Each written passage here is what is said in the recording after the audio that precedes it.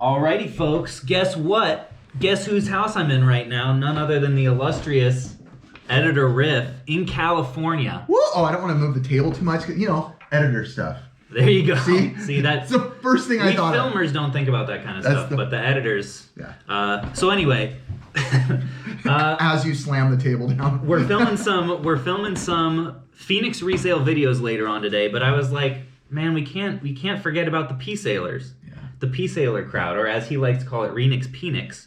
And don't say what my daughter thought it was called. Yeah, well, keep this PG, but. Yeah, I thought it'd just be a fun opportunity to have an unscripted conversation of what it's like to work together on the channel and how far the channel's come. And I guess the first question that I'd be interested in asking from you is, because a lot of you guys may not know, Riff has like 10 years of YouTube experience, both making videos, editing videos, being awesome. So what, if you had to give me advice on how to make my channel better? The regular channel, Renix P-Sale is going to be trash forever. But Phoenix Resale, what can we do there to improve? What do you think? I think you kind of hit the one thing I had like before. I'd say you already corrected. My only critique would have been is to bring people into the fact that you really are a gamer like you love video games as well. Yeah. Before, when I first started editing and you were just strictly selling, and I saw you kind of go into that wave of like GameCube Gambit. Even when you went to that like convention, because that was like right as like you started editing for me in like mid-September, and the first GameCube Gambit I think dropped like late October. Yep. So it was like kind of right on the cusp. It kind of I think gave that feel because I was watching you before I edited. Obviously, before I started editing for I was already watching you, and I was like, okay, cool. This guy's a good flipper. He's a good seller. But me as a collector wanted to get that like a bit of feel of okay, he loves games too. And even a moment too, I know this might be stupid, but I think another moment that cemented it, even for me, even might be dumb, maybe no one else caught it, but when you smoked that guy in Smash Bros. Even though it doesn't matter, my brain was like, okay, he's not, I hate the word fake gamer, but like, you actually play. Yeah. You're not just a guy who was like, oh yeah, I played games and I like some games, but like, no, I actually have some pretty good skill at some games.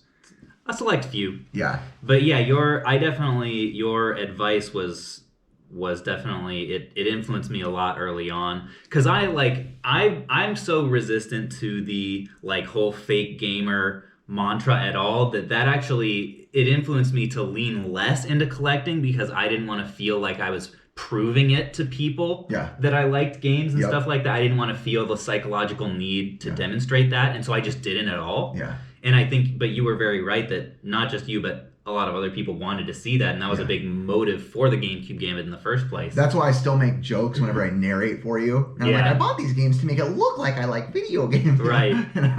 That feel, but yeah. No, but honestly, dude, I think your channel is right now one of the very few, and I don't say this because I'm editing for you, but like a good prime example of like, you're kind of taking the best of a few different worlds and kind of mixing it into one, to where I feel like you're that perfect pepper shaker right now of like, you have a good like lightning in a bottle going, in my opinion. In my opinion, right now. I'll take that, yeah. I mean, you might suck in a month, and I'll tell you. I'll pay you for that compliment later. Thank you, yeah. Just buy me a game today. So fill people in on kind of what the process is behind the scenes of like what goes into actually getting one of these videos out there. Totally. Yeah, so basically, we're on a great rotation to where as soon as Caleb gives me a video, hey, I see an email, ding, Google Drive, you have got a video. He puts like kind of a semi-title in it. Okay, I know it's a GameCube Gambit. Oh, I know it's whatever. I immediately download it, which for some reason, I don't even remember if I told you this, for some reason his downloading process is a pain in the butt. Really? I don't know why. So Rick's, I can bulk download, but I can't bulk down, so I have to select like 4 at a time. 4 clips at a time. I don't know why. Is his from Drive too? Yeah. Well, folks, we have something to work out when the camera's off. It honestly doesn't bother me. I use that time normally to like list on whatnot or do, I download and do other stuff. So it's all good. Reseller things. Now reseller, thanks to editing for him. And then I get the footage, and Caleb is like he has a good narrative when he films. So his explanation before of what I need to do it's not very long-winded, which is great as an editor, because as an editor, one of the hardest things is when someone is like, hey, I filmed a video and let's have a call later so I can explain what we need to do. It's like, oh boy, it's going to be a long one. It's going to be a rough one. But Caleb more tells the story well he films. So when it gets to me, he's like, hey, going forward, know that maybe there's this one part where you should do this. And I kind of wanted to explain this. And that's, or maybe something's not chronological, or like put this in there. Yeah, there's an ad out of place or something. But as far as the editing, thankfully, which I appreciate as an editor very much, is that you trust me to like a good extent to where like I'd say 90% of the videos edits are like, yeah, go for it. Like I wouldn't have hired you to be an editor. Yeah, I'm not trying to micromanage that stuff. Definitely not at all. Yeah. Definitely not at all, which is great. Well, and one of the biggest things that you offer that is just so hard to find in an editor is your own like humor, right? Got it. Like you get situational irony and like the placement of sound effects and where to put a clip in and all that. And some of it we've been finding a balance that works like specifically for Phoenix Resale. Totally, but like totally. You can't, that's the kind of stuff, it's so hard to teach. Well, and this is not a pat on my back, but I've definitely brought people in to teach them how to edit, many people. And I was actually telling Caleb this before, not even talking about this, but I've probably talked to like 20 different people in the past 2 years about like wanting to be editors or how to edit. And there's very few and far between people where you're like, oh, they just get it. Yeah. Because some people just get it. And like you said, it's really sometimes a thing you can learn, but there's very subtle nuances in editing that some people you kind of have to get it. Yeah. You kind of have to understand it pre-taught, you know? Yeah, it helps to watch a lot of YouTube. Yeah. Because there's things that like big YouTubers do that you'll pick up on, like it helps to zoom in to the face, sometimes comically so when they're like saying a joke. Yep. Or like to put in like regular sound effects that kind of establish a theme and like cue people. And I think zooming in on people, one of my things is, I know because I film as well too and do a mile thing.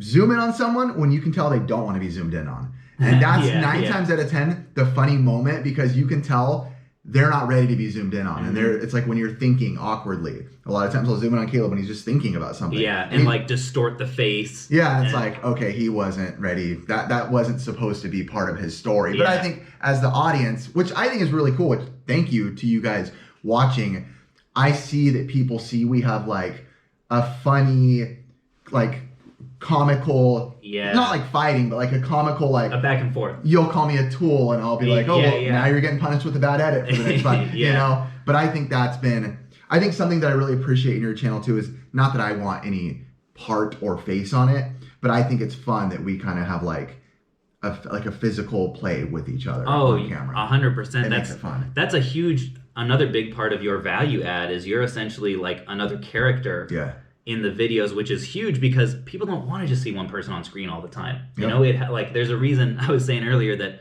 there are no one-person sitcoms. You know, it's a cast of characters because you need that dialogue. Yeah.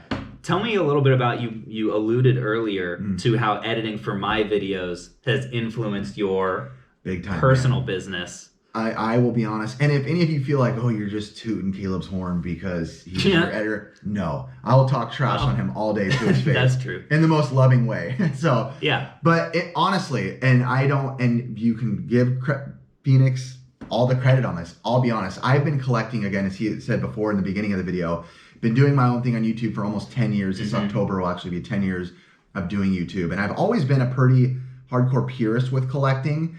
But over the past few years, you know, I've kind of gotten everything, not quite literally, but gotten everything. Yeah. I've ran the gamut of doing everything.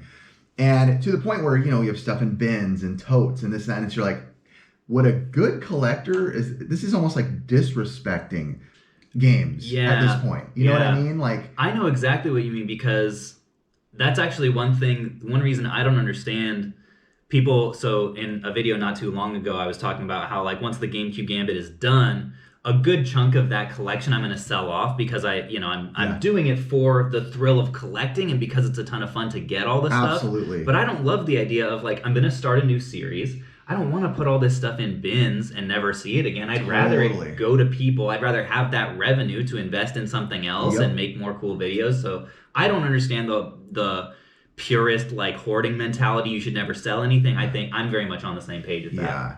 And I get like people who Like, again, there's no, I would never shame how someone collects. That's how someone wants to collect. Yeah. You collect how you want to collect. Awesome. Cool. Yeah. Everyone, and people change and, the way you do it.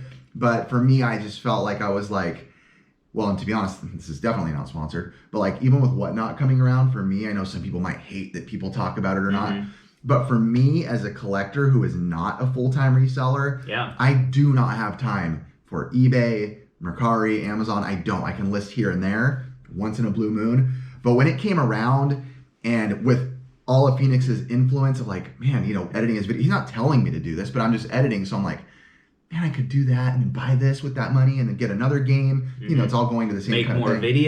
Make more videos. Yeah. I'm like, as soon as Whatnot hit, I was like, okay, this is time for me to pull the trigger. And I would start texting him like, hey, what do you think I should do on this? How do you think I should, even what should I offer on this?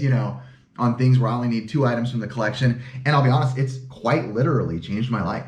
Yeah. Like it, and again, I'm not going to talk about finances. Nobody needs to know, but it's like to the point where my wife and I were like, okay, let's buy a second home this year. And that's real. Yeah. And the thing is, I'm not losing my collecting because of it. No. So many people are like, oh, you're done now. Like, it's like, no. If anything, I've been able to buy the big heavy hitter items that I never could. Right. And I was always stuck buying the $20 items because that's all I could afford. Now I'm like, no, I have the extra money and I have this and it's going and you've got more space and it's guilt free. It's there's a lot of benefits to it. If you guys don't know about Pixel Game Squad, you definitely, if you want to see kind of the premium, like what I consider to be the top tier of all video game hunting edits on the platform, you have to check out their like mainline series. You'll see they'll have a number on the top right corner, like 1, 2. Okay, that's how you know. I never even knew that. I just watch them all, but yeah, the ones with the number in the corner of the actual. Yeah. The actual, is that the NES Pursuit? They're narrated. They're on Amazon Prime Video. They're very shot with the intention. It feels like a network TV show. That's what it basically is. And I was telling him, almost got picked up by a few networks a few years ago.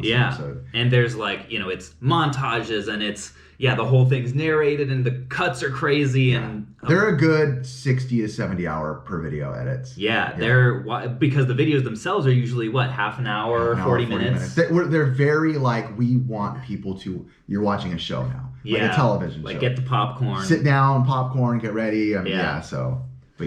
So definitely check those out if you're looking for like a real example of this is what Riff is capable of. Yeah. And like essentially his resume, like the biggest reason why I reached out and was like, hey man, do you want to like try stuff for me? Because clearly you're way better at this than I am. And I was listening to some like business podcast or something like that recently that was like one of the core markers of a good leader is being able to hire people who are better than them. Yeah. And keep them. Right, keep talent that's better than yourself. Yeah. So I've been hugely blessed. And you guys know, you can see on the channel the quality is just not the same as it used to be. Well, on the other channel, not this one. The quality's terrible because Riff's not involved at all.